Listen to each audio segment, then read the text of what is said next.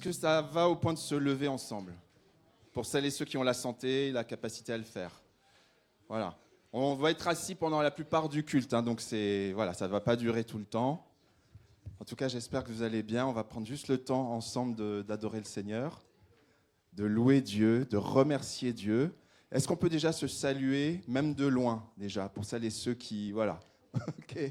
Voilà. Bonjour à toutes et à tous. Ça fait plaisir de se voir. Ça va se remplir petit à petit, on ne s'inquiète pas, tout va bien. Comme vous y êtes souvent invités, merci d'avancer, s'il vous plaît, pour laisser la place à celles et ceux qui arrivent un petit peu plus tard. Faites un petit effort d'avancer d'un ou deux rangs, si vous pouvez, s'il vous plaît. S'il vous plaît, s'il vous plaît. Pour celles et ceux qui sont au fond, est-ce que vous pouvez faire un petit effort de vous avancer, de sorte que celles et ceux qui arrivent après ne soient pas gênés de passer devant tout le monde? Voilà. Merci beaucoup. Merci. On va prendre juste le temps de remettre ce temps à Dieu, ensemble, parce qu'on l'a peut-être déjà fait chez nous. Oh, merci pour les fleurs, Lynn, c'est sympa. Comment tu sais que j'aime bien les fleurs? Alléluia, c'est pour le Seigneur et c'est pour l'Église. Dieu merveilleux, nous t'honorons, nous te bénissons. Tu es présent parmi nous ce matin et nous venons avant tout te remercier. Nous sommes simplement ce matin venus te dire merci. Ensemble. Est-ce qu'on peut juste prier ensemble, s'il vous plaît? Nous sommes venus te dire merci ensemble, Seigneur. Nous sommes venus tourner nos regards et notre attention vers toi, Jésus-Christ. Parce que toi, Jésus-Christ, tu as quitté ton ciel de gloire pour venir vivre parmi les hommes, pour pouvoir venir nous racheter parce que nous étions perdus. Venir nous sauver parce que nous étions perdus. Nous étions sans toi, nous étions loin. Mais toi, tu nous fais grâce, tu nous aimes. Et nous venons ce matin tout simplement avec confiance, dans la paix. Alors, il y a des choses qui vont très bien, il y a des choses qui vont bien, il y a des choses, c'est des défis, c'est compliqué, il y a des épreuves, il y a même aussi des douleurs parmi nous. Mais en toute chose, Seigneur, tu nous unis par ton esprit. Et nous venons nous concentrer sur ta personne, nous consacrer sur ce que tu vas dire, ce que tu vas faire, parce que tu es glorieux et nous voulons te dire que nous t'aimons. Ensemble, tous ensemble, nous avons chacune et chacun des bénédictions particulières. Nous sommes des bénédictions les uns pour les autres. Et je te loue, je te remercie de prendre, Saint-Esprit de Dieu, la direction de ce moment, afin que ce temps soit vraiment à la gloire de Jésus, à la gloire du Père, et qu'il y ait restauration, guérison, révélation, peut-être repentance aussi, qu'en toute chose tu te glorifies, tu te manifestes. À toi l'honneur et la majesté. Merci Seigneur pour ta présence. Amen. Amen. Si quelques-uns veulent élever la voix avant qu'on prenne les premiers chants. Bonjour à tous, bienvenue. On va commencer ce culte par chanter notre louange à Dieu, chanter notre reconnaissance, notre gratitude pour ses bontés, pour juste sa présence, son amour, et se réjouir parce qu'il est là en toutes circonstances.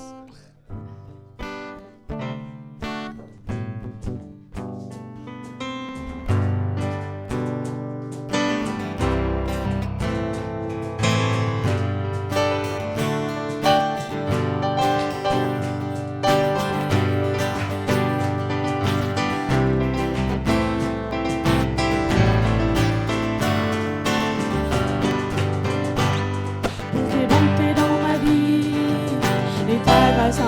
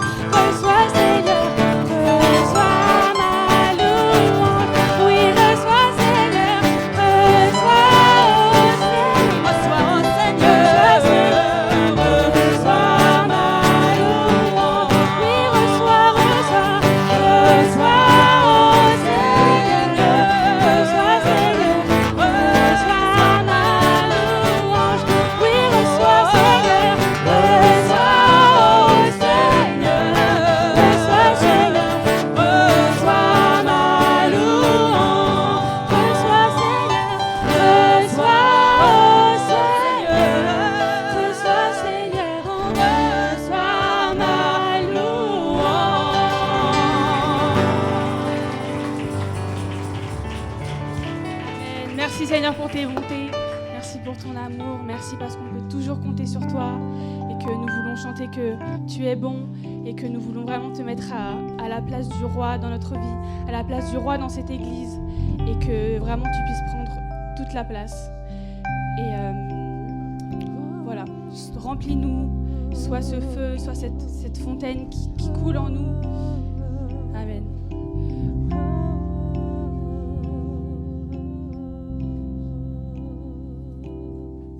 Que le roi de mon cœur soit la montagne où je cours, la fontaine où je bois. Oh, il est mon chant. Que le roi de mon cœur soit l'ombre où je me cache, la rançon pour ma vie. Oh, il est mon chant. Oui, tu es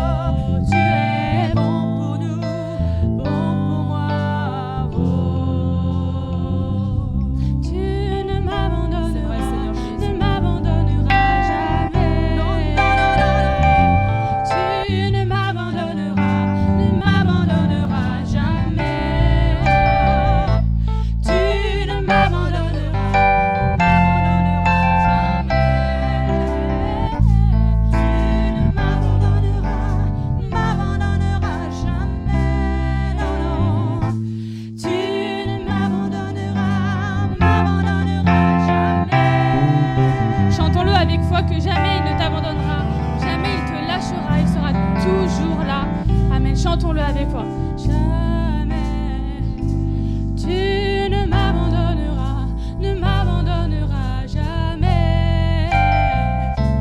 Tu ne m'abandonneras, ne m'abandonneras jamais, car tu es bon, Seigneur. Bon Jésus, tu es bon. Moi pour nous, tu es bon. Oh, je veux me souvenir de tes bontés pour moi, Jésus. Tu es bon. Je veux me souvenir de tes bontés pour moi, Jésus. Tu es bon.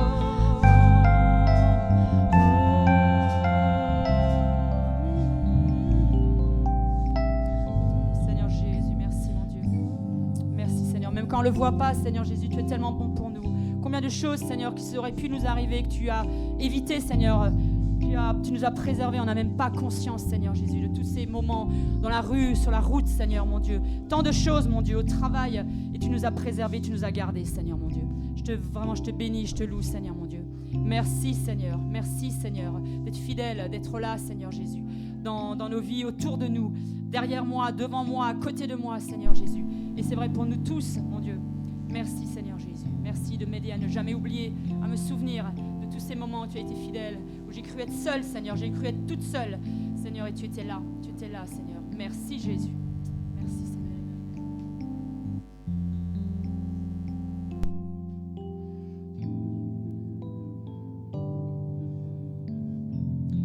Merci, Seigneur. Tu es le bon Jésus.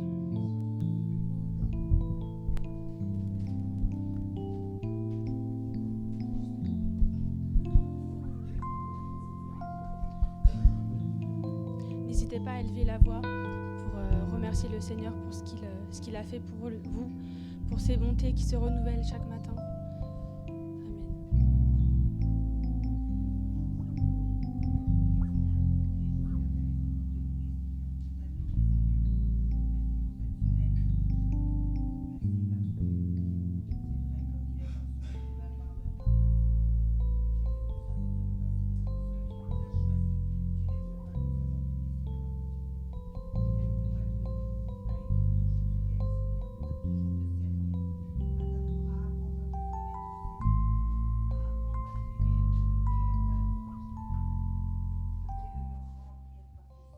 On va passer à notre temps de Sainte Seine pour continuer à remercier Dieu pour ses bontés et pour ce que Jésus a accompli pour nous.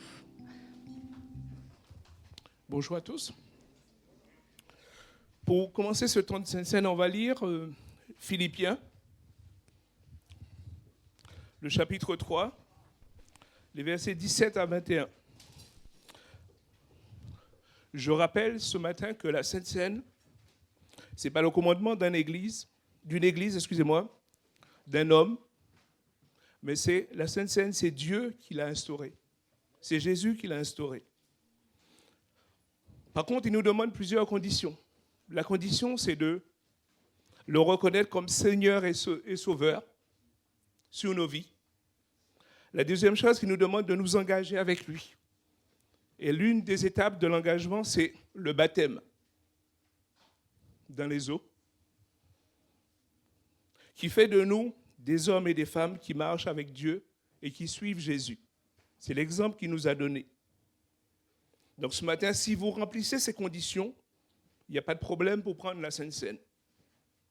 Par contre aussi, il peut y avoir aussi dans vos cœurs des raisons personnelles qui peuvent vous empêcher de prendre la Sainte Seine. Et la Sainte Seine aussi, c'est l'occasion de demander pardon. C'est l'occasion de se remettre en question devant Dieu. Pas devant les hommes, mais devant Dieu. C'est entre vous et Dieu. Sauf si vous avez un conflit avec quelqu'un dans l'église. Par contre, là, c'est entre vous et la personne. Et il faudra régler le problème avant peut-être de prendre la Sainte Seine. On va lire Philippiens 3, 17 à 21. C'est l'apôtre Paul qui parle aux Philippiens. Il dit « Suivez mon exemple, frères et sœurs, et observez comment se conduisent ceux qui vivent selon le modèle que vous trouvez en nous. Car il y a beaucoup qui vivent en ennemis de la croix de Christ. Je vous en ai souvent parlé, et je vous le dis une fois de plus en pleurant. ils finiront par se perdre. Ils ont pour Dieu leur ventre, ils mettent leur fierté dans ce qui fait leur honte, leurs pensées sont toutes dirigées vers les choses de ce monde. Mais j'aimerais insister vraiment sur le verset 20 et 21. Quant à nous, nous sommes citoyens des cieux. De là, nous attendons ardemment la venue du Seigneur Jésus-Christ pour nous sauver. Car il transformera notre corps misérable pour le rendre conforme à son corps glorieux par la puissance qui lui permet aussi de tout soumettre à son autorité. Nous attendons le retour de Jésus. Et il nous a dit qu'il reviendra. Donc soyons sûrs que ce qu'il a dit dans sa parole, il va l'accomplir. Ce matin, c'est notre espérance. Un jour, Jésus va revenir. Mais il y a une question que Jésus dit en partant, trouverai-je la foi quand je vais revenir? Et c'est une question pour chacun d'entre nous. Est-ce que je serai présent avec la foi quand Jésus va revenir? On va se lever pour prendre la Sainte Seine. Comme j'ai dit tout à l'heure, tous ceux et celles qui sont baptisés, qui se sont engagés avec Dieu. Si vous fréquentez cette église, que vous n'êtes pas encore engagé avec Dieu, que vous désirez vous faire baptiser, il faut aller voir Sarah, ou Philippe, ou Georges, ou Annie. Et la prochaine fois, on vous verra. Je vais appeler ce matin les personnes qui se sont fait baptiser. Je vais appeler Thérence. Et je vais appeler Séverine. Ce sont les derniers baptisés. Ils se sont engagés avec Dieu. C'est la première fois qu'ils font la Sainte Seine, donc qu'on soit un peu indulgent avec eux. Je demandais à Thérence de prier pour le pain et Séverine va prier pour le vin.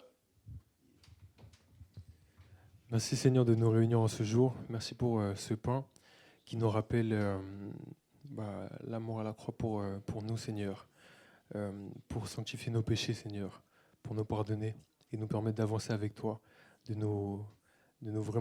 faire qu'on soit unis avec toi, Seigneur, qu'on puisse vraiment continuer d'avancer et vraiment qu'on soit unis à toi, Seigneur. Nous ne sommes qu'un. Amen, Seigneur, merci pour ce pain et merci de faire que tu puisses le bénir. Dans le nom de Jésus. Amen. Merci Seigneur pour ce repas que tu nous accordes afin de nous pardonner de tous nos péchés, Seigneur, et que ta volonté soit faite. Amen. On va prendre le pain. Vous pouvez manger le pain et par contre, on va élever la coupe ensemble. Tu peux mettre les gants. Tu mets les gants. C'est toi qui donnes le pain. Et pendant ces instants où on va servir le pain et le vin, profitez pour parler à votre Dieu, à le remercier. Les deux. Parlez à votre Dieu. Si vous avez un chant, une parole, dites-le simplement. Seigneur, merci parce que tu parles tantôt d'une manière, tantôt d'une autre. Et tu sais comment nous toucher. Tu sais à qui s'adresse cette parole ce matin. Alors que nous soyons attentifs à ce que tu dis. Parce que ta parole dit qu'elle ne revient jamais à toi sans faire son effet. Alors que nos cœurs soient attentifs à ce que tu dis, à ce que tu fais. Au nom de Jésus. Élevons la voix pour lui dire merci. Élevons tous ensemble la coupe, qui est la coupe de délivrance, qui est le sang de l'agneau qui est répandu pour chacun d'entre nous. Savons que nous pouvons aussi être guéris au travers du sang de l'agneau. Ce n'est pas magique, mais c'est au nom de Jésus que tout cela se fait. Amen. Je vous invite à vous lever. On va chanter encore un chant qui invite le Saint-Esprit à nous combler, à venir en nous et à nous remplir par son vent, par son pluie, par sa pluie, par son feu.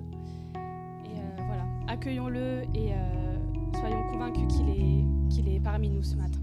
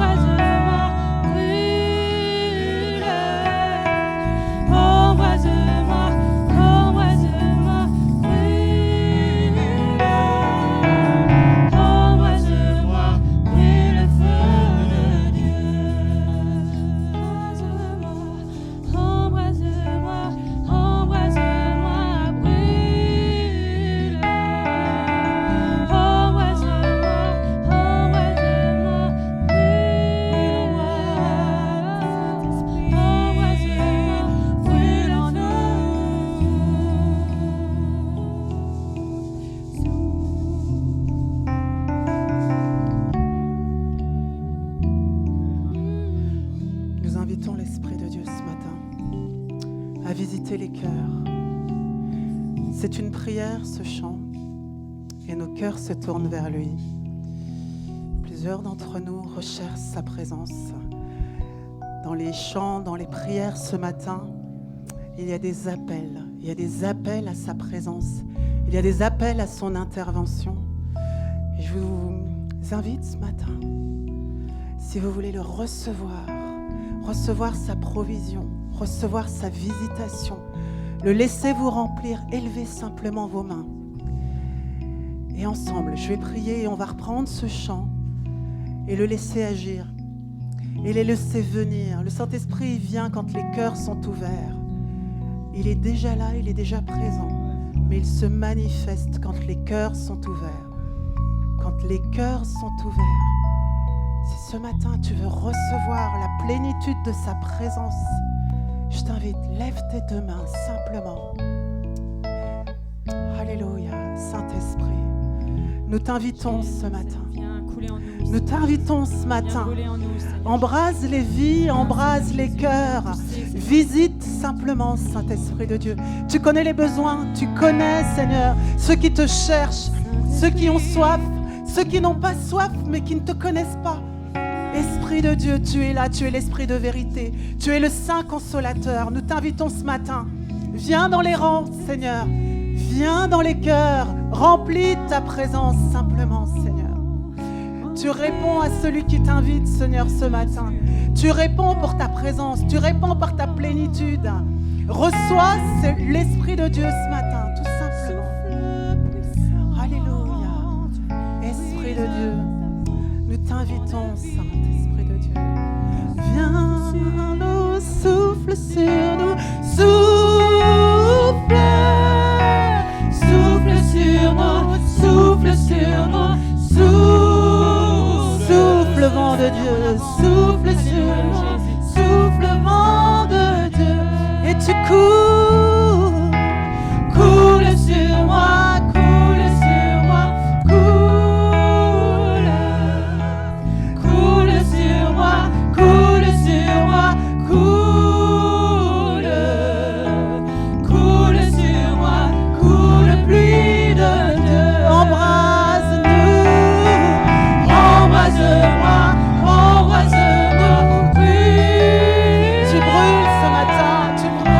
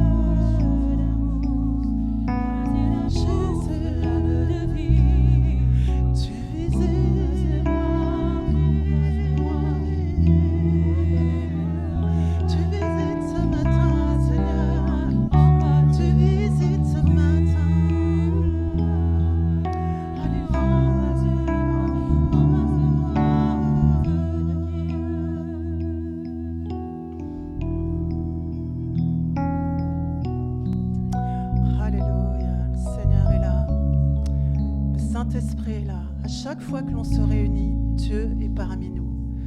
Dieu est avec nous, Dieu est en nous. Et à chaque fois que nous nous réunissons, il aime quand son Église se réunit. Il aime quand ses enfants l'adorent. Et il vient, et il vient, et il visite ton cœur maintenant. Et il te remplit de sa paix. Il te remplit de lui maintenant. Au nom de Jésus. Alléluia. Alléluia.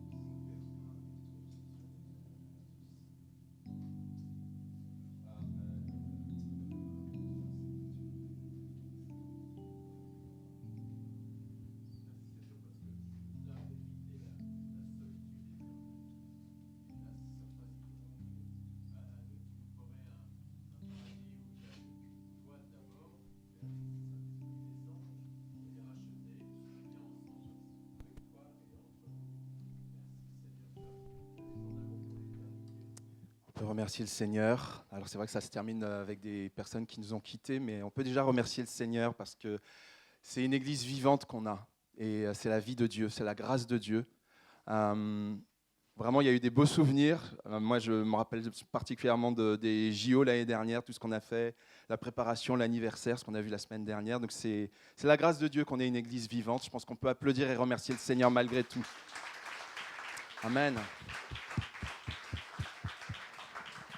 Et c'est vrai que ça se termine, cette vidéo, par celles et ceux qui nous ont quittés. Alors, je vous propose simplement qu'on prenne un temps de recueillement, peut-être de prière, simple, pas forcément long, mais pour prier pour la consolation des familles. La famille j'ai cru voir, comment dirais-je, donc Charity évidemment, donc la famille de Charity, donc Amanda et Gabriel et leurs enfants. Qu'on puisse prier aussi pour la famille Lacombe, pour Monique Lacombe. Beaucoup ne connaissent pas Monique Lacombe, mais pour celles et ceux qui prient, et puis par solidarité, simplement, si on peut prier aussi, même si on ne les connaît pas.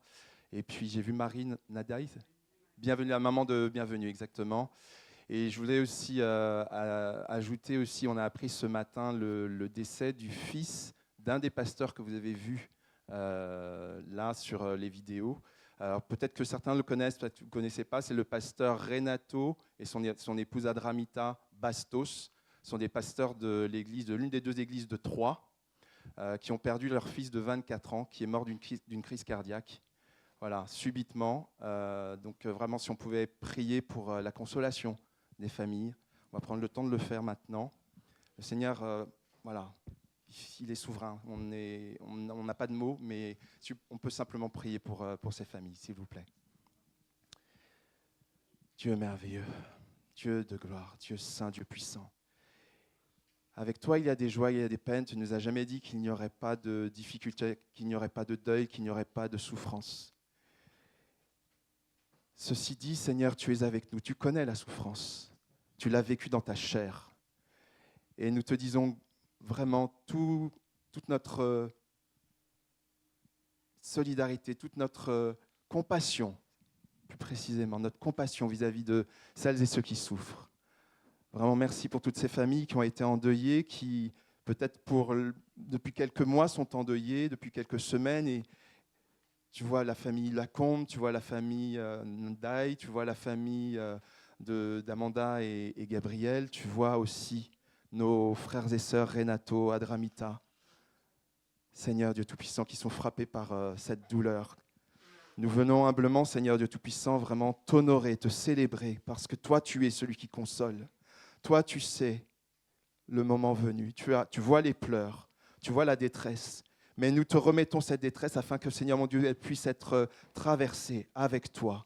Parce que c'est toi qui consoles. J'en puis en être témoin. J'en suis personnellement témoin. Et plusieurs ici sont témoins que tu consoles, que tu relèves, que tu fortifies. Il faut le temps, bien sûr, mais tu le fais. Tu es fidèle et c'est à toi que nous regardons en toutes choses. Nous ne sommes pas tout seuls face au drame et à la douleur, Seigneur Dieu Tout-Puissant. Tu es avec nous et nous te disons gloire. Merci, Seigneur. Amen. Amen. Sans transition, c'est difficile de faire la transition, je vais inviter celles et ceux qui sont prévus pour dire la parole ce matin. Sauf s'il faut que je les dénonce, mais j'ai pas mal. Il n'y a pas de nom ? Bon, alors je vois Muriel qui se lève. Bon, il y a au moins Muriel. Voilà, il y a au moins Muriel. Lynn, Erika, venez. Voilà. Il semblait bien qu'il y avait des noms. 4, ah bah voilà, il semblait bien. Éternel, tu me sondes et tu me connais. Toi, tu sais quand je m'assieds et quand je me lève. De loin, tu décernes tout ce que je pense. Tu sais quand je marche et quand je me couche. Et tous mes chemins te sont familiers. Avant qu'un mot vienne sur mes lèvres, Éternel, tu sais déjà tout ce que je vais dire. Tu m'entoures par devant et par derrière et tu poses ta main sur moi. Merveilleux savoir hors de ma portée, savoir trop sublime pour que je l'atteigne. Où pourrais-je aller loin de ton esprit? Où pourrais-je fuir hors de ta présence? Si je monte au ciel, tu es là. Si je descends au séjour des morts, t'y voilà. Si j'emprunte les ailes de l'aube et que j'aille demeurer aux confins des mers, là aussi, ta main me dirigera, ton bras droit me tiendra. Psaume 139, versets 1 à 10.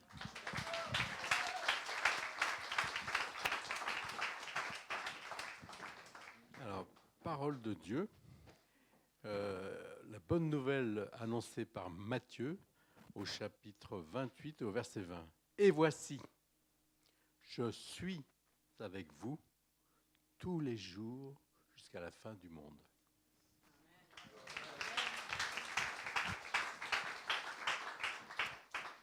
Alors, Hébreux 11, 1 à 3. Le témoin de la foi de l'Ancienne Alliance. La foi est une façon de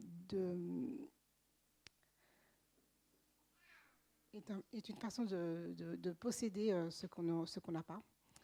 C'est un moyen d'être sûr des réalités, de ce qu'on ne voit pas. C'est par ce moyen que les hommes... C'est par cette foi que les hommes des temps passés ont été approuvés par Dieu.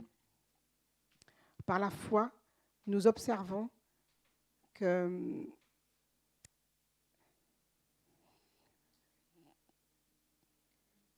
l'univers a été majestueusement organisé par la parole de Dieu Et, euh, et c'est juste...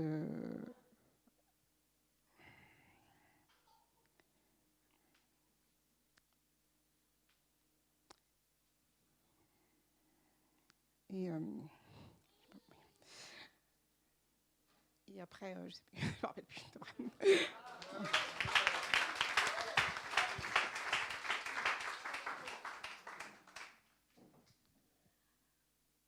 Veillons les uns sur les autres pour nous exciter à la charité et aux bonnes mœurs. N'abandonnons pas notre assemblée comme c'est la coutume de quelques-uns, mais exhortons-nous réciproquement, et cela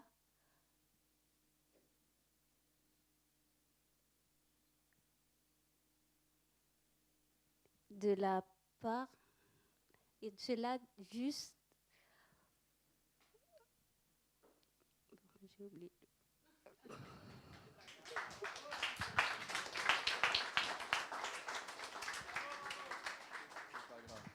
Merci beaucoup. En tout cas, c'est vrai que c'est pas facile ce que vous faites, mais merci beaucoup. On est bénis. On est bénis. Merci beaucoup en tout cas. Bravo, bravo, bravo. Le Seigneur est grand. Il parle et j'espère que cette parole, ça a pu toucher certains d'entre vous. Moi, il y a des paroles qui ont été dites là tout à l'heure là, qui m'ont remué. Pourtant, on les a déjà entendues des fois, mais ça remue toujours, quoi. Voilà. Il faut se laisser remuer par la parole. Avant de partager ce message que j'ai à cœur de vous apporter ce matin, est-ce qu'il y a des personnes qui sont là pour la première fois? Première, deuxième fois. Allez, on va jusqu'à la deuxième. Première, deuxième fois. Si on ne vous avait pas salué, oui, toi, c'est la deuxième fois. Je t'ai repéré. OK. Oui, OK. Votre prénom, s'il vous plaît? Ghislain, d'accord. On va applaudir après. Attendez. Ça va vite, les applaudissements ici. On va applaudir après. Ghislain, qu'est-ce qu'il y a quelqu'un d'autre? Non? OK. Tu peux nous rappeler ton prénom? C'est Antoine, voilà, c'est ça. Toi, c'est la deuxième fois. Enfin, ici, parce qu'on t'avait déjà vu. C'est exactement, voilà. OK, alors on peut maintenant applaudir Antoine et Ghislain.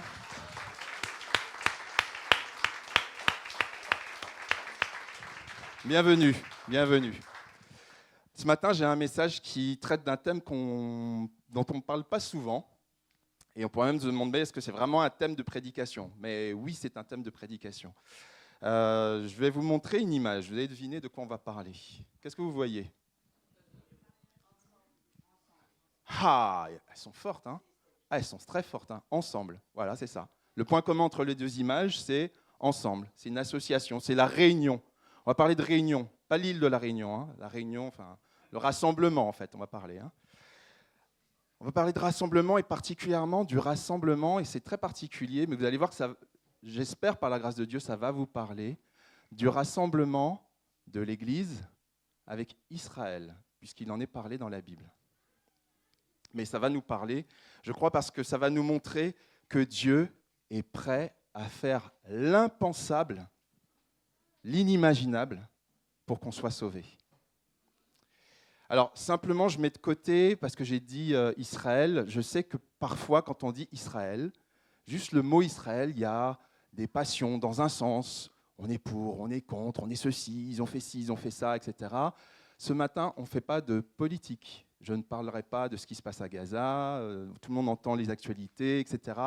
Voilà, c'est un conflit ancien, etc. Ce n'est pas de ça qu'on va parler, puisqu'il n'en est pas strictement parlé comme ça, en tout cas dans le passage qu'on va lire ce matin. Donc, voilà, ça ne veut pas dire qu'on doit ignorer ce qui se passe, ça ne veut pas dire qu'on doit être insensible, mais ce n'est pas le sujet. Voilà, je préfère l'évacuer tout de suite. Donc, quand on va parler d'Israël, c'est au sens d'Israël, bien sûr, qui est aujourd'hui, mais dans un sens plus profond. On va le voir tout à l'heure. Alors, le passage qu'on va prendre, il est assez dense. Je vais vous inviter à le prendre. Voilà la référence. C'est la lettre de Paul aux Romains, chapitre 11. C'est assez gros. Chapitre 11, verset. Alors, on ne va pas tout lire d'un coup, parce qu'en fait, souvent avec Paul, quand il écrit, si vous ne l'avez pas encore remarqué, quand Paul écrit, des fois c'est un peu costaud, quoi. C'est un peu dense, quoi. Hein. Faut se poser un petit peu pour comprendre ce qu'il a dit. Donc on va faire la stratégie. Vous connaissez la stratégie de l'éléphant? Non, il y a des gens qui connaissent l'histoire de la stratégie de l'éléphant. Oui, mais les gilots, vous connaissez, mais à part les gilots. Non? La stratégie de l'éléphant, c'est quand quelque chose est trop gros, c'est les Africains qui disent ça, la meilleure façon de manger un éléphant, c'est de le couper en petits morceaux. Eh ben, on va faire la stratégie de l'éléphant. On va le couper de passage en petits morceaux. Voilà, tout simplement. Voilà, donc là, on a la référence. Vous la gardez bien, vos pages, vos applications, etc. Et je vais prendre le temps de prier simplement, que le Seigneur ouvre vraiment nos cœurs ce matin, encore. Il a dit beaucoup de choses. Il a parlé, Seigneur, tu as parlé au travers des prières d'unité, de réunion, de cette unité que tu veux, Seigneur Dieu Saint, de tes enfants, de celles et ceux que tu appelles tes enfants. Et Seigneur, Saint-Esprit de Dieu, nous te remercions pour ta présence. Je te remercie parce que tu es déjà présent ici. Tu as déjà voulu agir en répandant ton esprit. Tu as vu toutes ces mains qui se sont levées tout à l'heure pour que tu coules sur nous, pour que tu nous remplisses par ton vent, que tu nous embrases par ton feu. Et nous voulons, Seigneur Dieu Tout-Puissant, recevoir de toi et écouter et nous laisser remettre en cause par ce que tu veux faire, Dieu Saint. Sois vraiment élevé et béni. Merci de nous donner de vraiment saisir ce que tu veux dire et de remplir ma bouche pour que je le dise fidèlement, selon ton cœur. Amen. Alors, ce passage, en fait, on va le lire. On va prendre le verset 11 à 15. On ne va pas le lire vraiment textuellement, mais on va le garder sous les yeux parce qu'on va souvent y revenir, en fait. Je vais plus vous dire ce dont ça parle que vraiment lire mot à mot ce que ça dit. Pourquoi ? Parce que c'est un passage tellement dense qu'il faut vraiment prendre le temps de se poser dessus. Et je vous invite à le faire après dans la journée ou dans les jours qui viennent. Et puis, vous aurez l'occasion de le faire si vous le choisissez pendant les groupes de maison qui auront lieu la semaine prochaine. On va regarder du point de vue d'Israël. En fait, il est parlé, la première phrase, « Je demande donc, serait-ce » Donc là, Paul, il a parlé d'Israël, il a parlé de la foi, il a parlé de celles et ceux qui n'étaient pas chrétiens, qui n'étaient pas à Dieu, que Dieu a appelés de toutes les nations, de plein d'endroits.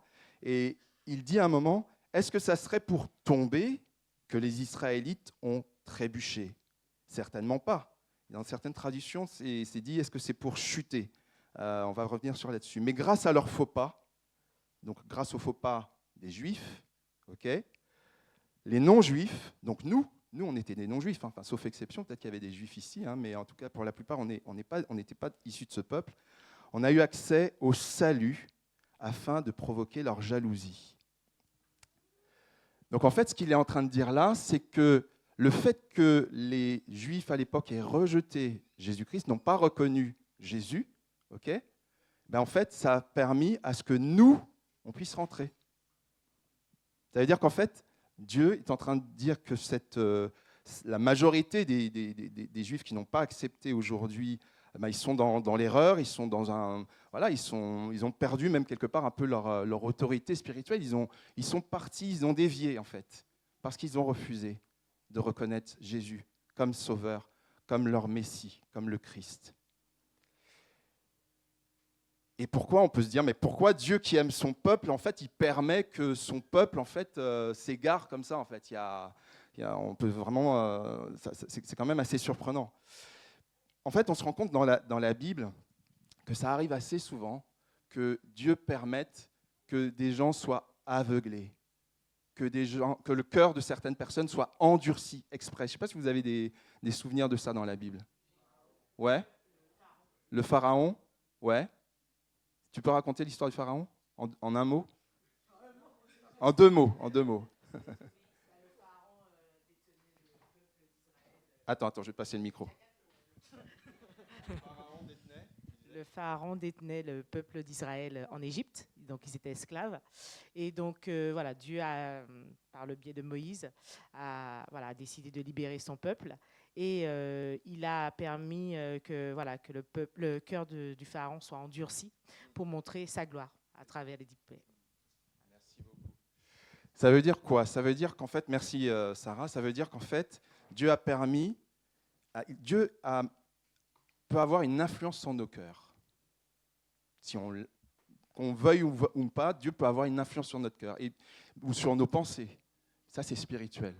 Et Dieu a permis que Pharaon soit suffisamment dur pour ne pas vouloir libérer le peuple. Mais pourquoi il a fait ça? C'est justement pour qu'il puisse exercer son jugement. Il devait exercer un jugement. Il devait montrer qu'il était le plus puissant, malgré l'opposition de Pharaon. Dieu permet donc l'endurcissement. Dieu permet que, comment dirais-je, j'aime tellement les nations aussi qu'il a aussi permis que temporairement Israël n'accepte pas Jésus.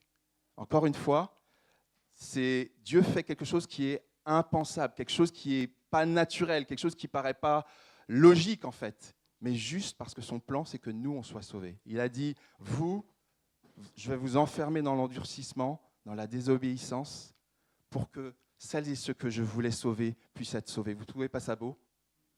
Alors, ce n'est pas beau pour Israël, pour celles et ceux qui ont rejeté Dieu temporairement, mais c'est beau pour nous, parce que sinon, on n'avait pas accès à Dieu. OK ? Il y aurait beaucoup d'autres choses à dire, mais vous les verrez aussi dans les groupes de maison. Je vais juste prendre la télécommande. Voilà, merci. Donc, ils sont égarés pour notre sauvetage, pour ton sauvetage. C'est ça que ça veut dire. Et Dieu permet donc que son peuple fasse un faux pas. Et il y a différentes raisons que je vous inviterai à regarder aussi, mais je vous ai dit les principales en groupe de maison. Maintenant, il y a une chose qu'il faut savoir, c'est que Israël, en grande partie, a rejeté Jésus-Christ, mais pas tous. Il y a des Juifs qui ont reconnu Jésus. D'accord ? Donc soyons prudents. Et il y a même, alors moi je pense à cette association qui existe depuis très longtemps, je ne sais plus depuis combien des décennies, qui s'appelle Juifs pour Jésus, qui est un mouvement mondial, qui a une antenne dans plein de pays, notamment la France. Ce sont ce qu'on appelle des Juifs messianiques. Je ne sais pas si vous avez déjà entendu ça. Des Juifs messianiques, c'est-à-dire c'est une minorité de Juifs qui ont reconnu Jésus comme leur sauveur et Seigneur. Ok ? Vous allez voir pourquoi je vous parle de tout ça. Et puis de notre point de vue, donc ça c'est du point de vue d'Israël, mais de notre point de vue, donc on l'a vu, Dieu a prévu cet égarement. Il a prévu, même dans la parole de Dieu, il est prévu qu'Israël n'aurait pas reconnu Jésus. Ça c'est étonnant, on peut dire qu'ils étaient libres de choisir ou de ne pas choisir, mais Dieu avait prévu, parce que comme je vous le disais tout à l'heure, son plan c'était que tous les hommes, toutes les femmes de toutes les nations du monde entier, Israël compris, tous aient accès au salut. Ça veut dire quoi le salut d'ailleurs, quand on dit salut? Je parle de salut depuis tout à l'heure, mais peut-être pour certains, ce n'est pas clair. Le salut, ça veut simplement dire qu'on a besoin d'être sauvé. Pourquoi on a besoin d'être sauvé? Parce qu'on est pécheur, parce qu'on est perdu. Ça veut dire quoi d'être perdu? Ça veut dire qu'on n'a pas de contact avec Dieu, parce que notre vie, elle est sans but, parce que notre vie, elle est sans Dieu. Et marcher sans Dieu, selon le cœur de Dieu, c'est d'être perdu. Et en vérité, quand on ne connaît pas encore Dieu, ou quand on se souvient comme on était quand on ne connaissait pas Dieu, on se dit, mais ma vie, elle tourne en rond, en fait, quoi. Vous n'avez pas eu ce sentiment-là, pour celles et ceux qui s'en rappellent? Il y en a, ils sont trop vieux, ils ne se rappellent pas, mais voilà. Mais moi, je me rappelle, je suis encore assez jeune pour me rappeler que ma vie avant, sans Dieu, c'était mais n'importe quoi, en fait. C'était n'importe quoi. Et j'avais l'impression de tourner en rond. Et donc là, on a besoin de celui qui nous sauve par amour, qui a payé le prix à la croix, qui est Jésus. Amen. Je parle de salut, mais c'est important que ce soit clair pour celles et ceux pour qui ça ne l'est pas. Et donc, pour nous, de notre point de vue, ce qui est intéressant, c'est que cet égarement, comme je vous l'ai dit, il était prévu. Il y a différents versets, vous le verrez dans les groupes de maison si vous le prenez. Il y en a un qui est très fort, c'est dans le Deutéronome, c'est-à-dire au tout début de la Bible. C'est écrit, c'est le cantique de Moïse, Deutéronome 32, « J'appellerai celle qui n'est pas un peuple ». Lisez le contexte, vous comprendrez qu'il ne parle pas d'Israël, il appelle d'autres peuples. « Des nations qui ne te connaissent pas viendront vers toi ou accourront vers toi » dans Ésaïe 55. Et puis je vous en ai mis un aussi ici. Est-ce qu'il y a quelqu'un qui... Est-ce qu'on peut le lire à haute voix ensemble? Alors, il nous a, allez-y.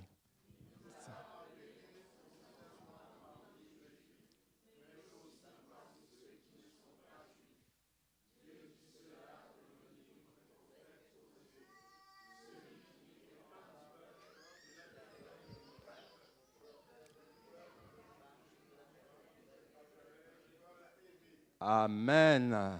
Amen. Merci. C'est bien de le lire ensemble. Hein. En plus, ça réveille un petit peu. Pour celles et ceux qui en avaient besoin. Il n'y en avait pas beaucoup. Vous avez vu la fin. Celui qui n'était pas mon peuple, je l'appellerai mon peuple. Le peuple que je n'aimais pas, c'est fort, hein, le peuple que je n'aimais pas dans cette traduction, je l'appellerai peuple aimé. Ça veut dire qu'on était étranger à Dieu, mais Dieu avait ce cœur. Et vous voyez, c'est écrit dans la lettre de Paul aux Romains, c'est-à-dire deux chapitres avant ce qu'on est en train de lire ce matin. Et cette partie-là, ça fait le lien avec une prophétie qu'il y avait dans l'Ancien Testament, dans le livre d'Osée pour les gens que ça intéresse. Dès l'Ancien Testament, dans le cœur de Dieu, il était pour tout le monde. Il n'était pas que pour Israël. D'accord ? Israël avait une mission particulière, c'est de communiquer le cœur de Dieu, communiquer les lois de Dieu, transmettre l'amour de Dieu. Mais le cœur de Dieu, il est pour tous. Donc c'est une excellente nouvelle. Moi, je ne sais pas si pour vous, ce que ça vous fait. Moi, je trouve que c'est une excellente nouvelle que Dieu ait ce cœur ouvert pour nous. Et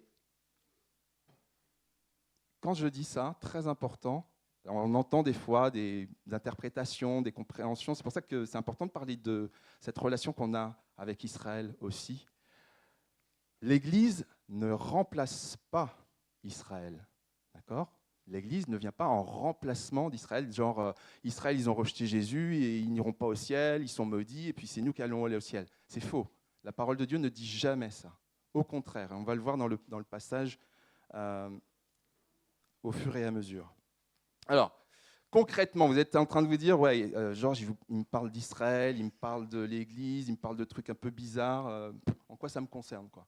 Voilà. En gros, on peut se dire en quoi ça me concerne. Je pense que ça nous concerne à plusieurs niveaux. Ça nous concerne sur le fait que, je l'ai dit tout à l'heure, alors je n'ai pas eu de réaction, là, je n'ai pas eu l'impression de voir des réactions épidermiques ou bizarres quand j'ai dit le mot Israël, mais dans certains cadres, dans certains espaces, dans certains endroits, quand on dit Israël, il y a des réactions très très vives. Donc attention à l'antisémitisme. L'antisémitisme, comme toute forme de haine, toute forme de racisme, ne peut pas être dans le cœur d'un enfant de Dieu, ne peut pas être dans le cœur de quelqu'un qui s'approche de Dieu ou qui s'intéresse à Dieu. Parce que c'est une forme de haine, tout simplement. Voilà. Et particulièrement parce que c'est un peuple qui a un rôle particulier d'apporter, en tout cas c'est celui à qui Dieu a confié sa connaissance et le fait de communiquer son nom. Et puis il y a une autre chose, c'est que Dieu nous aime tellement qu'il est prêt à permettre que le cœur, je reste là-dessus mais c'est important, le cœur de la plupart des Juifs soit endurci pour que nous, on puisse avoir accès à lui. Parce qu'il y a ce verset, est-ce que vous connaissez ce verset, là, Jean 3,16 ? Est-ce que ça vous dit quelque chose ? J'entends pas, tu peux parler plus fort. Attends, je vais te donner le micro, Denise. Parce que tu voulais le dire. Car Dieu a tant aimé le monde qu'il a donné son Fils unique afin que quiconque croit en lui ne périsse point, mais qu'il ait la vie éternelle. Que quiconque croit en lui ne périsse pas, mais qu'il ait la vie éternelle. Quiconque, c'est nous, le quiconque. Ok ? On a une parkeriste de plus, Brigitte. Hein. T'as vu, hein, t'as noté. Hein. Voilà. Alléluia. Le Seigneur est grand parce qu'il a tellement aimé le monde qu'il a voulu qu'une partie de son peuple s'endurcisse pendant un temps pour que nous, on puisse rentrer. Ça, c'est grand. Et c'est, en fait, quand on regarde les choses, des fois, on peut se dire, mais on regarde les détails, on ne voit pas la vision d'ensemble, en fait. Des fois, on voit les choses, on voit l'actualité, on entend des choses, on dit, tiens, il s'est passé ci, il s'est passé ça, et on ne voit pas le plan d'ensemble. Je vous ai mis un tableau, en fait. C'est un beau tableau, je ne sais pas de qui, je crois que c'est Seurat, si je me rappelle bien. C'est un peintre, en fait, ce qu'on appelle pointilliste. Je ne sais pas si vous savez ce que c'est les pointillistes. C'est des peintres qui dessinent, ils mettent une petite couleur, un point après l'autre. Okay ? Un petit point, un petit détail après l'autre. Et au final, ça fait une œuvre magnifique. Si vous vous approchez bien, vous verrez que ce ne sont que des petits points. Et des fois, nous, on regarde que les petits points. Mais des fois, il faut juste prendre du recul qu'est-ce que le Seigneur est en train de faire? Ok?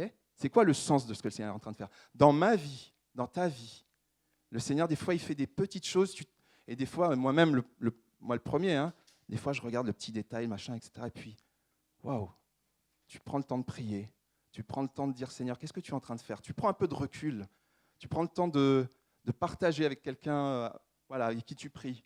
Et puis, tu te rends compte, le Seigneur ouvre tes yeux et tu vois le tableau, en fait, qui apparaît. Ok? Ça vous arrive pas, ça, des fois, d'être dans les tout petits points, de voir que juste les petits détails et puis de ne pas voir la vision d'ensemble? Ça vous arrive pas? Si? Je suis tout seul? Non, je ne suis pas tout seul. Hein? Ok.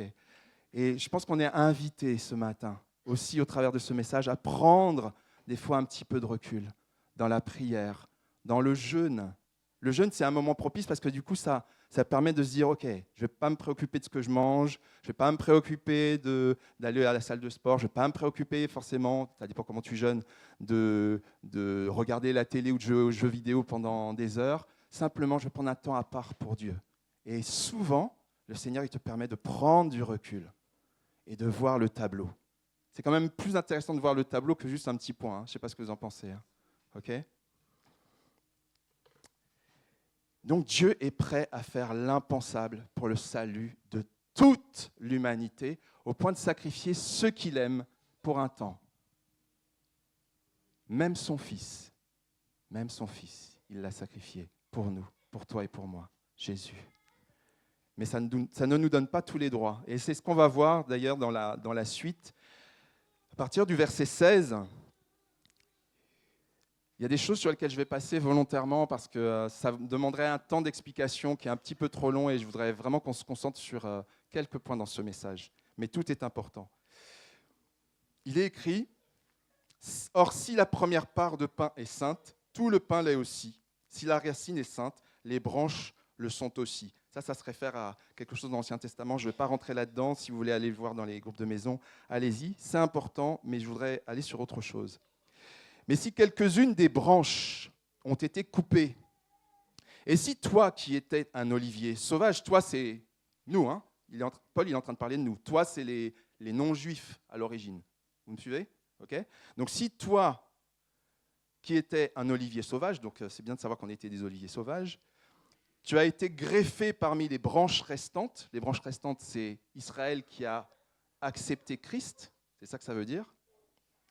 Tu es devenu participant de la racine et de la sève de l'olivier. Ne te vante pas aux dépens de ces branches. C'est-à-dire, en gros, ne nous vantons pas d'avoir été sauvés, d'avoir accepté Jésus par rapport aux Juifs qui ne l'ont pas, enfin qui l'ont accepté, et qui sont très très peu, et à plus forte raison vis-à-vis de celles et ceux qui l'ont rejeté. Vous me suivez? Vous êtes toujours avec moi? Ça va? Ok. Sinon, je parle plus fort. Hein. Non, ça va? Ok, ça marche. Les branches coupées, là, j'ai découvert ça, je ne savais pas. Ça fait référence à un verset dans l'Ancien Testament où Dieu parle d'Israël comme un olivier qui est puni. Il donne l'image de l'olivier, hein, c'est vraiment dans Jérémie 11, vous pouvez vérifier, d'Israël, un olivier qui est puni, c'est une image, il est puni parce qu'il a adoré un faux Dieu. Okay? Donc la branche a été coupée, ça veut dire qu'il a coupé Israël, c'est ça que ça veut dire. Okay? Mais ce que ça nous dit aussi, là il faut vraiment être attentif à ça. Voilà, elle va se calmer, ne vous inquiétez pas. C'est des bébés, des fois ça pleure. Voilà. Simplement, ce que ça nous dit, c'est que nous sommes, nous qui n'étions pas juifs, qui ne sommes pas, hein, on n'est toujours pas juifs, hein, mais nous qui ne sommes pas juifs, on est dépendants, rattachés à une racine. On a une racine spirituelle. Okay? Alors peut-être que pour certains, c'est juste un rappel évident, j'ai des banalités, mais peut-être que pour certains, c'est important de le savoir. On a une racine spirituelle qui n'a pas commencé à Jésus, qui commence bien plus loin que ça. Okay? Qui démarre en fait à la promesse que Dieu a faite à Abraham d'avoir une nation énorme, très, très, très, très nombreuse. Okay? Et donc, le Seigneur nous parle aussi de différentes choses. Hein. Donc, il dit dans ce passage à la fin, verset 20 aussi, il y a un verset qui est intéressant. C'est vrai elles ont été retranchées, donc les branches coupées, à cause de leur incrédulité, donc elles n'ont pas cru en Jésus. Et toi, par la foi, c'est par la foi que tu subsistes, pardon. Ne fais pas preuve d'orgueil, mais aie de la crainte. Il explique pourquoi. Parce que si Dieu n'a pas épargné les branches naturelles, il ne t'épargnera pas non plus.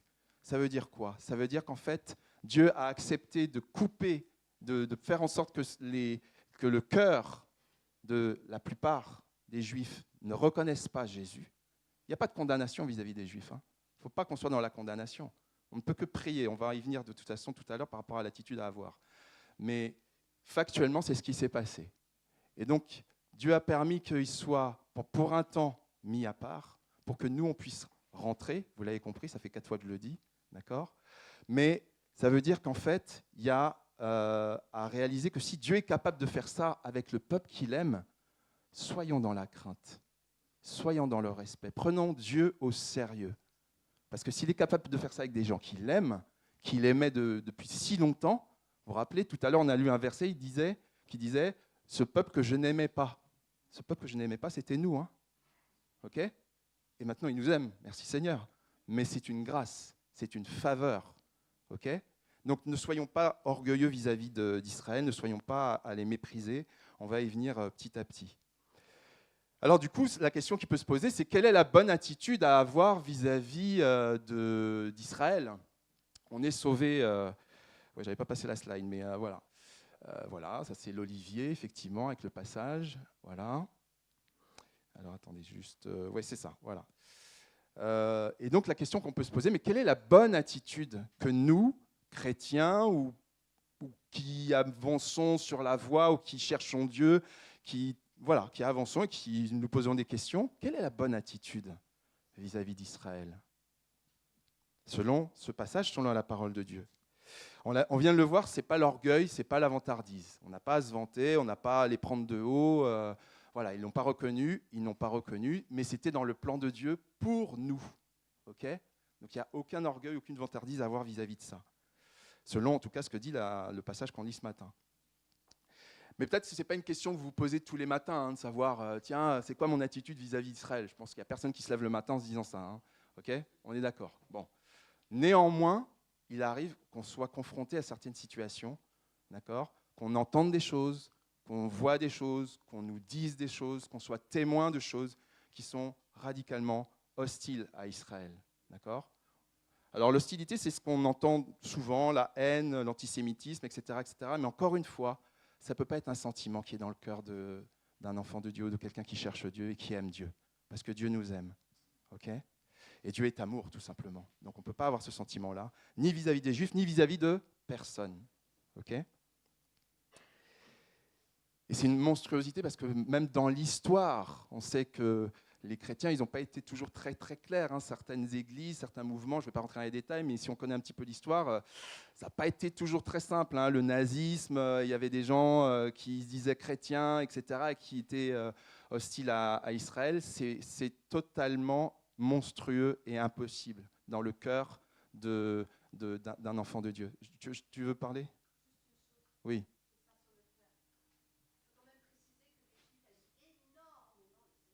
Oui, bien sûr. Bien sûr, bien sûr. Bien sûr, tout à fait. C'est l'histoire de Jésus, je ne parle que de Jésus depuis tout à l'heure. Tout à fait, je parle de Jésus depuis tout à l'heure, mais tu as raison. Maintenant, si on met ça de côté, il y a aussi une attitude de cœur qui peut être d'avoir une attitude critique, un peu politique. Encore une fois, ce n'est pas le sujet ce matin. Ce n'est pas le sujet, mais on peut entendre des commentaires, etc. Et puis on se laisse entraîner par les commentaires. Et puis souvent, bizarrement, les commentaires, ils peuvent nous amener quand même à être hostiles, à minima, vis-à-vis d'Israël en tant que tel. Mais ce sont des personnes que Dieu aime tout autant que n'importe quel autre. On peut avoir une attitude aussi d'indifférence. Franchement, je m'en fiche, je ne comprends rien, c'est trop compliqué, ça ne me regarde pas, ils font ce qu'ils veulent. De toute façon, il y a toujours des problèmes là-bas. Enfin, voilà, on entend ça aussi. C'est aussi l'indifférence, ils font ce qu'ils veulent. Okay ? Mais attention à ça parce que le Seigneur, on le dit depuis tout à l'heure, il a décidé de faire quelque chose d'impensable. Vous vous rappelez le puzzle et les mariés? Il a décidé de nous réunir. D'accord ? C'est ça que dit ce passage que je vous invite vraiment à lire en détail et qu'on est en train de voir ce matin. Et il a décidé de nous réunir, donc on ne peut pas être indifférent à celles et ceux avec qui on va être unis pour l'éternité. Il vaut mieux savoir à qui on a affaire. D'accord ? Ce sont nos frères et sœurs, ce sont nos aînés spirituellement. D'accord ? Je parle spirituellement. Et puis, une autre attitude aussi qui existe, c'est l'inverse. C'est le soutien inconditionnel. Quoi que fasse Israël, ils ont raison. Voilà. Ils ont toujours raison, c'est toujours, ils sont toujours les meilleurs, etc., etc. Ça n'est pas non plus juste. Ils sont comme n'importe qui. Ils font des bonnes choses et des mauvaises choses. Voilà. Mais le point, c'est de ne pas sous-estimer aussi la souffrance qu'il peut y avoir partout, de tous côtés. Voilà, je n'en dirai pas plus. Mais le point, c'est que vraiment, il y a ces attitudes qui existent, auxquelles on est peut-être des fois confronté. Et ce que nous dit la parole, et ça je l'ai trouvé, je vais vous inviter à aller, on va aller dans Éphésiens 2, je mets la référence, voilà. Éphésiens 2, verset 11, vous avez la référence là sous les yeux. Et ça, c'est un passage extraordinairement clair. Il est vraiment, mais c'est limpide en fait, ce qu'il est en train de dire. Dans ma Bible, ça s'appelle « Un seul corps en Christ ». C'est ça le titre, « Un seul corps en Christ ». Et regardez de quoi il parle. C'est pourquoi, souvenez-vous qu'autrefois, vous étiez identifiés comme non-juifs. Donc là, il parle de nous. On est d'accord ? Dans votre corps, appelés incirconcis par ceux qui se disent circoncis. Donc ceux qui se disent circoncis, à l'époque, donc, ce sont les juifs. Qui le sont dans leur corps par la main de l'homme. Souvenez-vous qu'à ce moment, vous étiez sans Messie, exclus du droit de cité en Israël, étrangers aux alliances de la promesse, sans espérance et sans Dieu dans le monde. Mais, voilà le verset 13, mais maintenant, en Jésus-Christ, vous qui étiez loin, vous êtes devenus proches. Comment ? Par le sang de Jésus-Christ. Okay ? Vous qui étiez loin, vous êtes devenus proches par le sang de Jésus-Christ. Et après, il est parlé de ce que Dieu est notre paix. Je ne vais pas développer ça, mais que Dieu est notre paix, que Dieu, de deux groupes, il n'en a fait qu'un.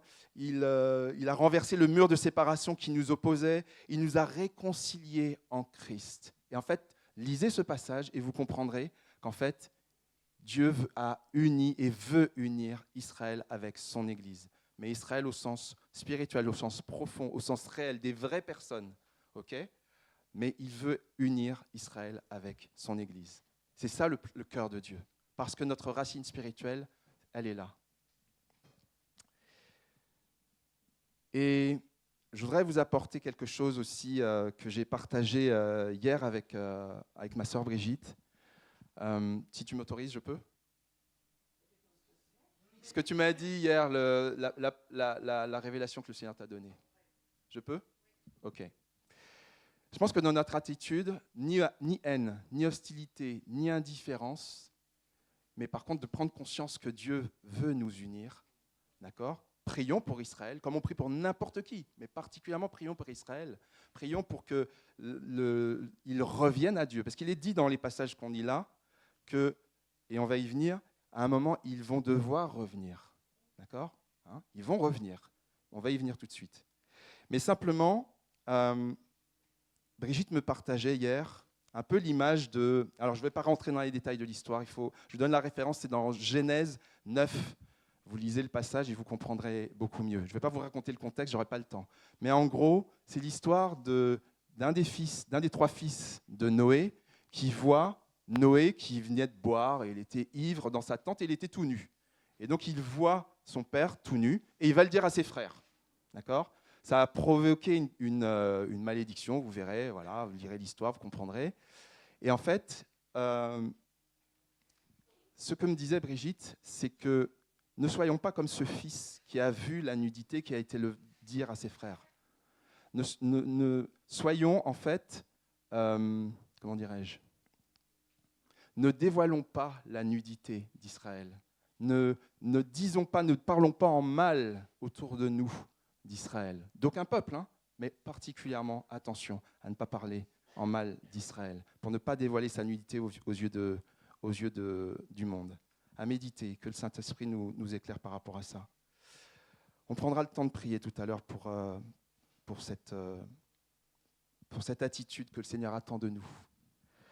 Je vais avancer. Dieu nous est prêt à engager, on l'a vu, des grands moyens pour notre salut, pour ton salut et pour mon salut, au point de faire en sorte qu'un peuple qu'il aimait, il a permis qu'il soit endurci, qu'il soit aveuglé. Donc Dieu permet ça. Il a décidé de nous réunir dans un même corps en Jésus-Christ. C'est Jésus-Christ qui nous unit. Parce que, comme vient de dire Brigitte, ils attendent le Messie. Ils attendent le Messie, pour celles et ceux qui n'ont pas reconnu Jésus. Et donc, grâce au sacrifice de Jésus, nous, les nations, nous avons accès au même héritage spirituel, c'est-à-dire la relation avec Dieu, la vie éternelle. Toutes ces choses-là, c'est pour nous aussi, comme les Juifs, par la grâce de Dieu, par le sacrifice de Jésus-Christ. Donc, pas de haine, pas d'indifférence, pas de parti pris, et simplement observons ce que le Seigneur veut faire, parce que c'est un Dieu de paix et d'amour. Je termine juste sur, et là ça va aller vite, sur un mystère que Dieu nous révèle en fait dans ce passage. Donc on va revenir sur Romains chapitre 11. Romains chapitre 11 au verset 25 et 26. En effet, je ne veux pas, frères et sœurs, que vous ignoriez ce mystère, afin que vous ne vous preniez pas pour des sages. Une partie d'Israël est tombée dans l'endurcissement jusqu'à ce que l'ensemble des non-juifs, donc nous, soit entré. Et ainsi, verset 26, tout Israël sera... Qu'est-ce que vous lisez ? Tout Israël sera sauvé. C'est-à-dire que ça va venir. D'accord ? Sera sauvé, comme le dit l'Écriture, le libérateur viendra de Sion et il écartera de Jacob. Quand on dit Jacob, souvent dans l'Ancien Testament, c'est Israël. Jacob, c'est Israël d'ailleurs, comme personne, mais le peuple d'Israël. Donc, le libérateur viendra de Sion et il écartera de Jacob les impiétés. Et telle sera mon alliance avec eux lorsque j'enlèverai leurs péchés. C'est très profond. Ça veut dire que l'endurcissement, il est partiel, puisqu'il y a quand même des Juifs qui reconnaissent Jésus, mais ils attendent le Messie. Et à un moment, Dieu va permettre que leurs yeux s'ouvrent. Mais leurs yeux vont s'ouvrir quand tous les non-juifs, c'est ça le plan de Dieu, quand toutes les nations, quand toutes celles et ceux qui ne sont pas juifs, nous tous là, et tout le monde qui n'est pas juif, quand toutes seront, selon le plan de Dieu, dans le temps que Dieu aura décidé, quand ils seront sauvés et ils feront partie de la famille de Dieu. Et à un moment, ça va former quoi ? Ça va former un corps. Et ce corps, c'est qui ? Ce corps, c'est l'épouse de Dieu. C'est l'épouse de Christ. Nous sommes l'épouse de Christ. Ça me fait toujours bizarre de dire ça parce que je suis un homme, mais nous sommes spirituellement l'épouse de Christ. Ok ? Et Dieu veut rassembler son épouse. Une partie est juive, une partie n'est pas juive. C'est comme ça que Dieu a voulu faire les choses. Et pour que dans l'amour, en Jésus-Christ, par le sacrifice de Jésus-Christ, parce qu'il faut reconnaître ensemble le sacrifice et l'amour de Dieu, eh bien, nous puissions être un et sauvés. Le message pour nous, c'est faisons confiance à la sagesse de Dieu. Elle est supérieure, elle nous dépasse, on ne comprend pas, mais faisons confiance à la sagesse de Dieu. Le message pour nous au travers de ça, c'est que Dieu a permis qu'il y ait un reste, une petite partie de Juifs qui acceptent Christ. Le message pour nous, c'est de se dire que le Seigneur est maître de circonstances.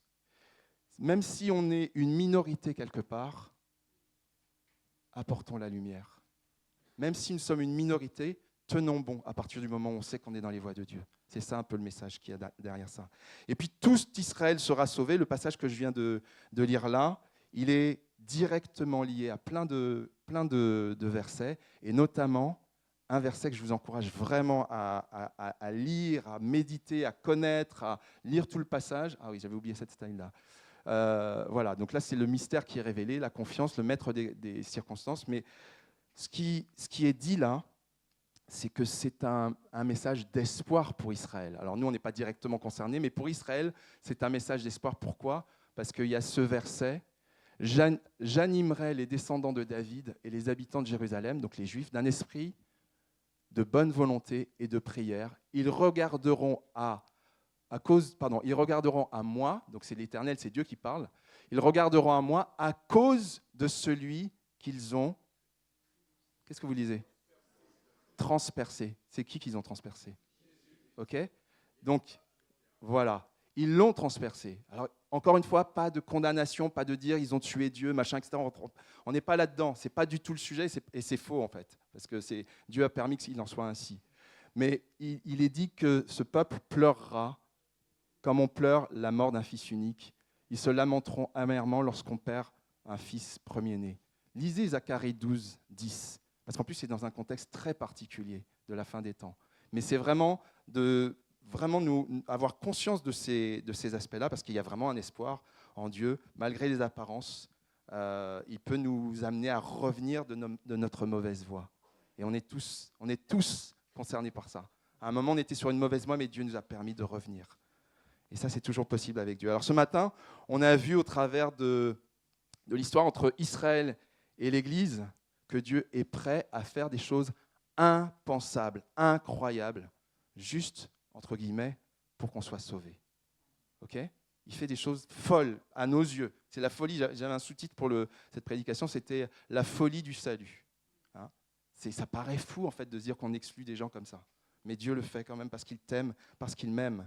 Et vraiment, je nous invite à creuser, à méditer, à prendre conscience, à nous repentir aussi peut-être de mauvais sentiments.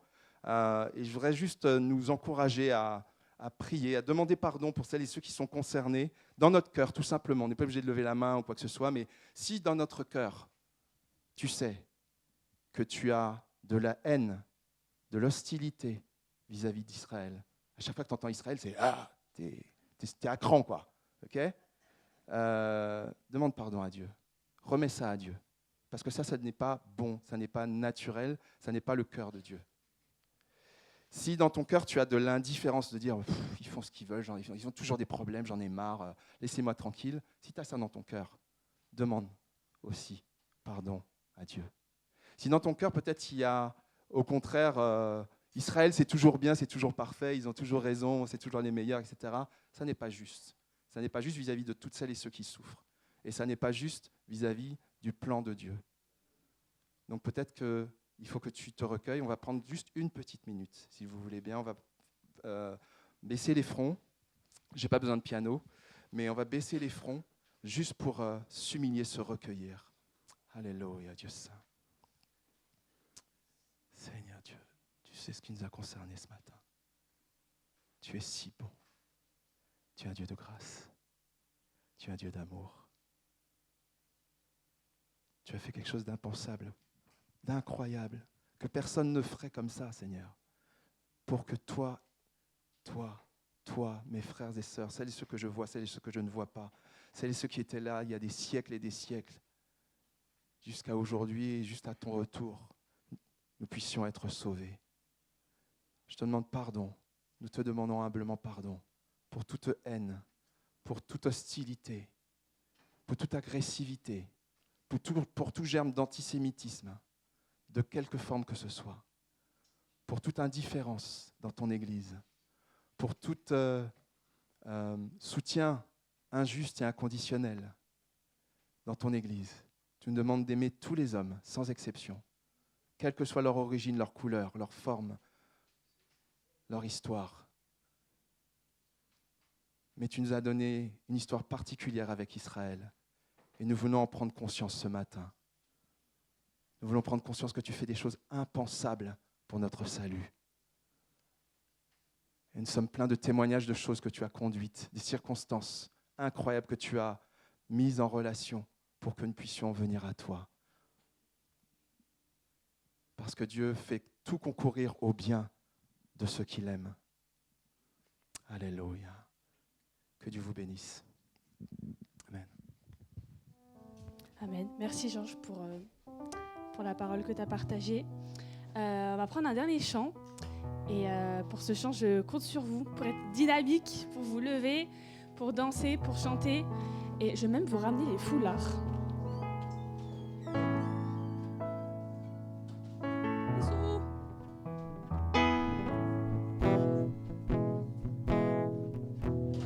Bon, je les trouve pas, c'est pas grave. Pour une prochaine fois.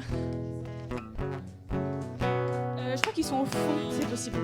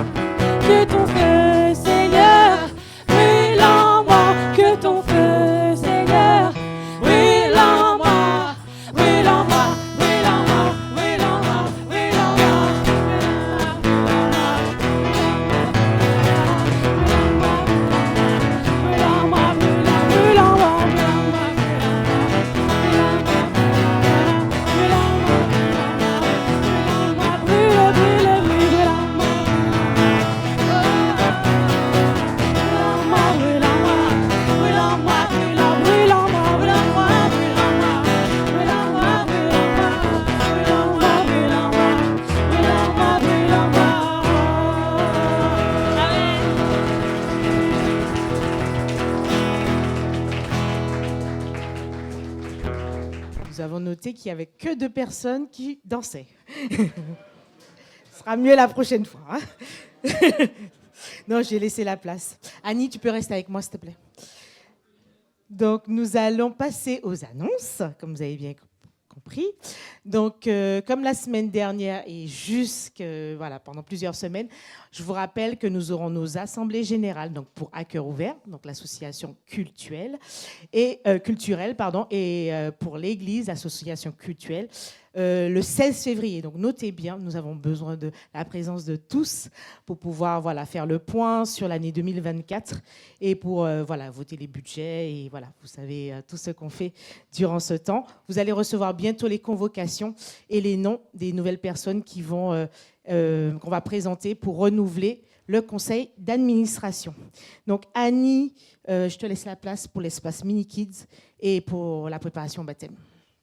Voilà, alors vous savez qu'on a redéfini avec Annabelle et puis Francette l'espace des tout petits, donc des bébés de 6 mois ou même moins jusqu'à la grande section. Donc l'espace est ouvert dès le début du culte, même un petit peu avant. Et donc vous pouvez aller déposer ou en tout cas rester avec votre enfant si vous voulez aussi pour lui donner à manger ou pour allaiter. Voilà, on a installé des jolies choses pour ça. Et puis, la prochaine slide.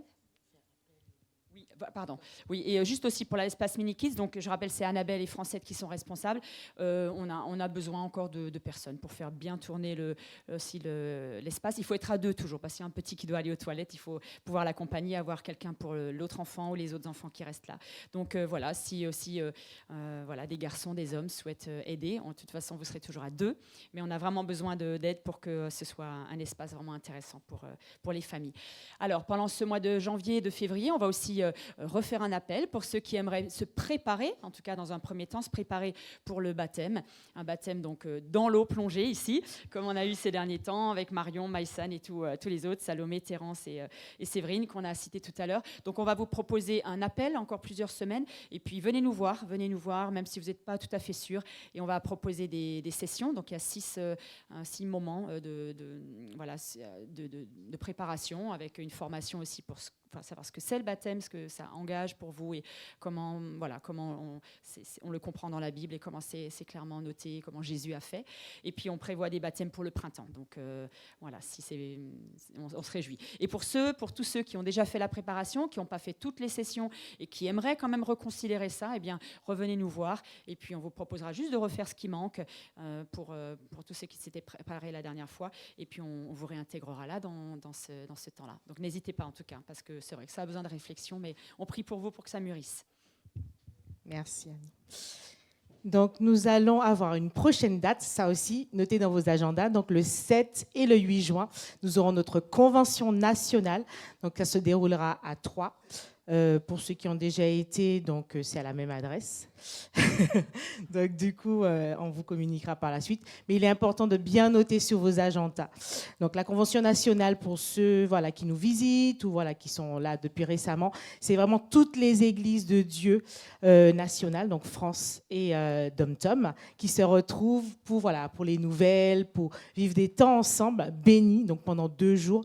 On vous donne aussi ces dates pour que vous puissiez déjà réserver l'hôtel, puisque vous voyez que c'est à Troyes, ce n'est pas sur notre église locale.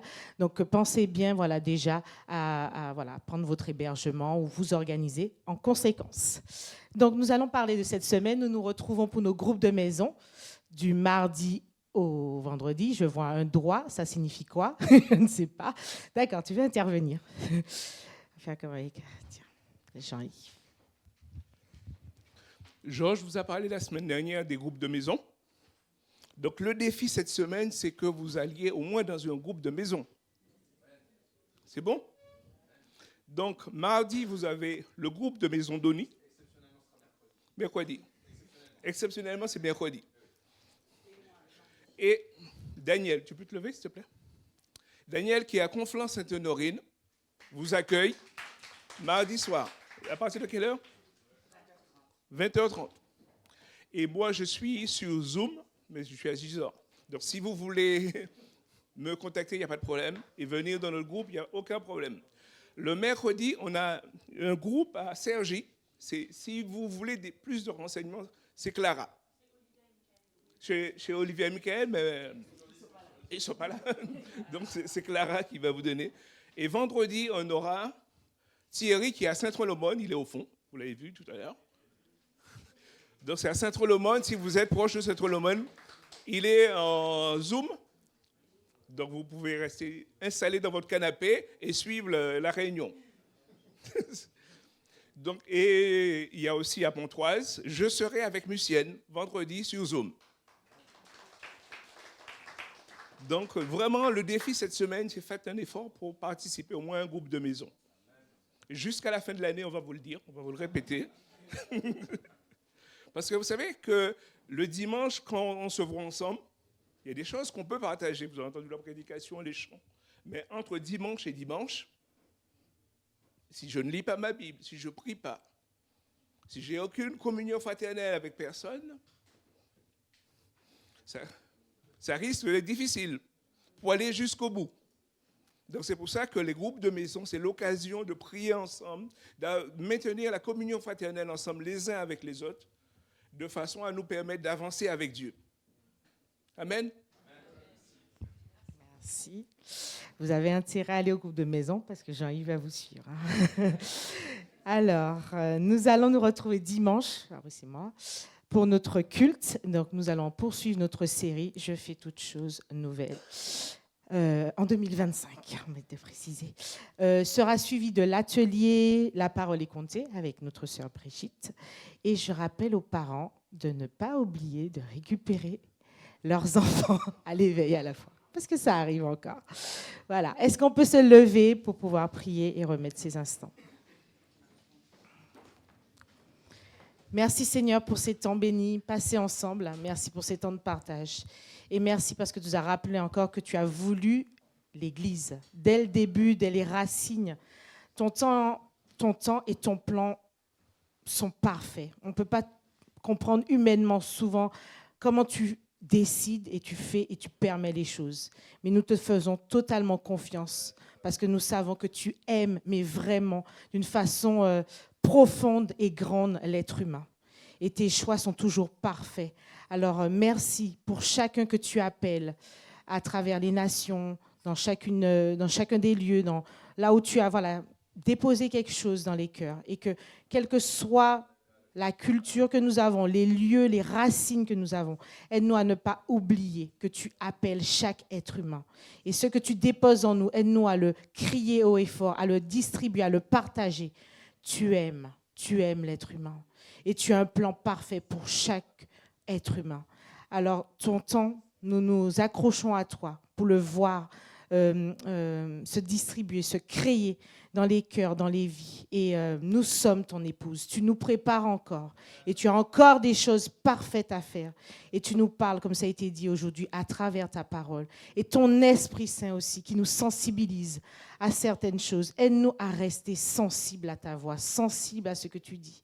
Aide-nous à nous connecter avec toi, connecter en Église ensemble pour comprendre ce que tu veux pour nous, pour ce monde, pour ces nations.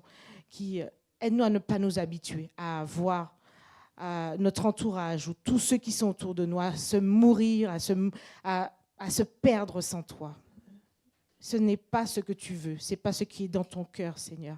Aide-nous à aimer notre prochain au point de le voir sauvé par toi. Merci Jésus-Christ. Tu es le Messie, celui que nous attendons, que nous avons toujours attendu et que tous attendent, même s'ils ne prennent pas conscience de cela.